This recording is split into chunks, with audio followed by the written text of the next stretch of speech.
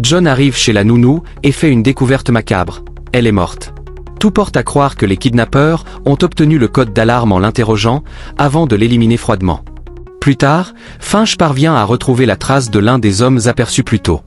John le capture et, après un affrontement musclé, le neutralise. En inspectant son torse, il découvre un tatouage distinctif. Cet homme appartient au gang SP9. À l'origine, cette organisation criminelle opérait en Europe de l'Est, mais il semble qu'elle ait désormais étendu ses activités jusqu'à New York. Cette nuit-là, le téléphone du juge sonne. Les ravisseurs ne réclament pas d'argent, mais quelque chose de bien plus troublant. Ils exigent qu'il abandonne une affaire impliquant une femme nommée Angela. Si elle est déclarée innocente, ils lui rendront son fils. Une fois l'appel terminé, Samuel explique que cette affaire est relativement simple. Angela a renversé un piéton avant de prendre la fuite. Pendant ce temps, Finch découvre que le gang SP9 a étendu son influence dans près de 18 pays. Leur réseau est bien plus vaste qu'il ne l'imaginait. Le lendemain, le procès d'Angela commence. Le juge s'efforce d'orienter l'affaire en sa faveur, mais il fait traîner les choses autant que possible avant de rendre son verdict. Agacé, le chef du gang l'appelle pour lui ordonner d'arrêter de jouer la montre. Mais Samuel reste ferme, il doit le faire dans les règles. De son côté, John interroge l'homme qui l'a capturé et obtient une adresse, un lieu où le gang effectue ses paiements. Il s'y rend et découvre un coffre contenant un demi-million de dollars. Après avoir mis hors d'état de nuire de garde, il s'empare de l'argent. Pendant ce temps, Finch espionne une conversation entre Angela et le chef du gang. En reliant les indices, il comprend son véritable rôle dans cette affaire. Angela travaille dans une banque qui a mis au point un logiciel permettant de détecter les opérations de blanchiment d'argent.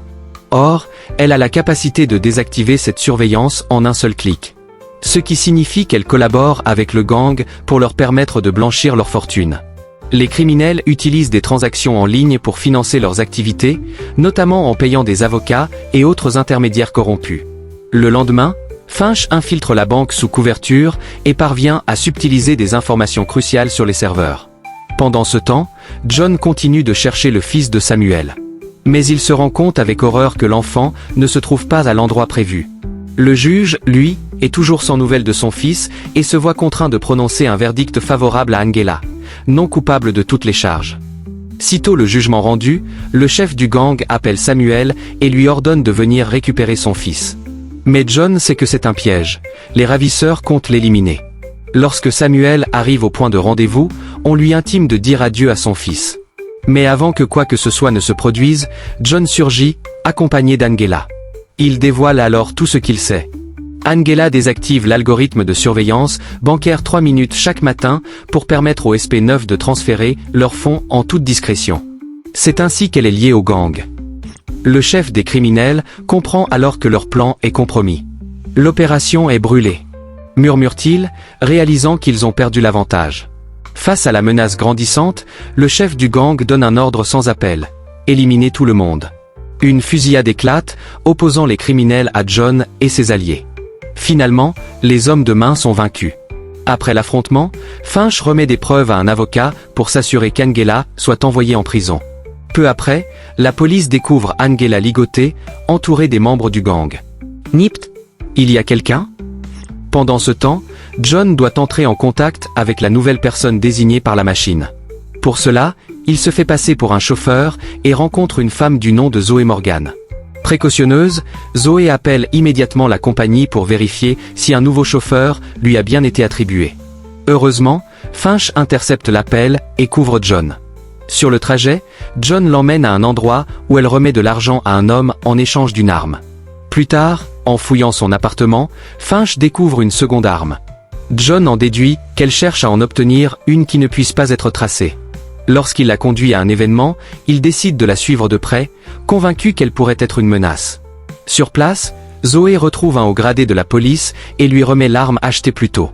Leur conversation révèle alors le véritable but de l'échange. Un officier avait perdu son arme de service et Zoé l'a récupérée pour éviter qu'il ne s'attire des ennuis. Sur le chemin du retour, Zoé fixe un autre rendez-vous à John. Soit là demain, 10 heures précises. Intrigué, Finch demande à John ce qu'il pense d'elle. Celui-ci répond qu'elle est une fixeuse, une femme qui règle des problèmes en échange d'argent. Avec un métier comme le sien, il est probable qu'elle ait de nombreux ennemis. Pendant ce temps, la police découvre le cadavre d'un homme, ancien suspect principal dans une vieille affaire de meurtre impliquant une femme nommée Marlène Elias. Or, le dossier de cette affaire avait été volé quelques épisodes plus tôt. Carter interroge un détective ayant travaillé sur cette affaire, et celui-ci lui livre des informations cruciales. Marlène Elias était serveuse dans un bar appartenant à un parrain de la mafia. Leur relation était plus qu'amicale, ils avaient une liaison. Mais Marlène voulait que le mafieux divorce pour être avec elle, ce qui ne lui plaisait pas du tout. Lassé, il engage un homme pour la faire taire définitivement. À l'époque, l'affaire avait été enterrée par le parrain lui-même, permettant ainsi au tueur de s'en sortir sans encombre. Pourtant, Marlène et ce mafieux avaient eu un fils, et il pourrait bien être derrière le vol du dossier et le meurtre récent du principal, suspect dans l'affaire de sa mère. De son côté, Zoé se retrouve en danger.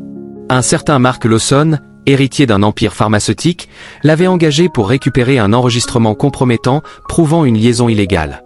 Après avoir assassiné le journaliste qui possédait la bande, il décide de supprimer Zoé à son tour pour effacer toute trace de son implication. John intervient de justesse et sauve Zoé. Pendant ce temps, Finch se fait passer pour un actionnaire majeur de la société pharmaceutique afin d'approcher Mark. Son enquête révèle un détail troublant. Mark n'a pas seulement tué sa maîtresse par peur d'un scandale amoureux. Elle s'apprêtait à exposer une vérité bien plus inquiétante. Cette femme avait découvert que l'un des médicaments développés par l'entreprise cachait un terrible secret, un taux de mortalité de 3%. 6 morts sur 200, ça fait 3%. C'est bien trop élevé. L'entreprise avait testé ce médicament sur des patients, mais tous étaient morts. Pire encore, il semblait que la société avait soudoyé les autorités pour faire approuver leurs produits, malgré ces risques mortels. John et Zoé décident alors d'infiltrer le siège de l'entreprise pharmaceutique. Ensemble, ils parviennent à récupérer des fichiers effacés sur l'ordinateur central, révélant l'ampleur du scandale. L'étau se resserre, mais jusqu'où sont prêts à aller ceux qui veulent garder leurs secrets enterrés? Malheureusement, John et Zoé finissent par se faire capturer. Ligotés et sans défense, ils sont à la merci de Mark, qui s'apprête à les exécuter. Mais au dernier moment, Zoé joue son atout. J'espère que ça ne te dérange pas, mais j'ai envoyé une copie du rapport à un ami de confiance. Cette révélation change la donne. Mark hésite, redoutant que ces informations compromettantes tombent entre de mauvaises mains. Il décide alors de négocier avec Zoé. Elle accepte de le conduire à la personne qui détient le rapport, à condition qu'il lui laisse la vie sauve. Avant de partir, elle lance à John une phrase énigmatique. « Tu n'aurais pas dû me faire confiance ?» Tout en parlant, elle glisse discrètement un trombone dans ses mains. John comprend immédiatement l'astuce. Avec adresse, il parvient à se libérer, neutralise le garde qui le surveille et se lance à la recherche de Zoé pour la sauver. Dans le même temps, l'équipe des justiciers divulgue publiquement les preuves rassemblées. Le scandale éclate, la vérité éclabousse l'entreprise pharmaceutique qui s'effondre sous le poids de ses crimes. La justice est enfin rendue. Alors qu'il s'apprête à se séparer, John conseille à Zoé de rester à l'écart des ennuis. « Essaie de ne pas te mettre en danger. » Mais avec un sourire malicieux, elle répond. « Ce n'est pas vraiment une option pour moi. »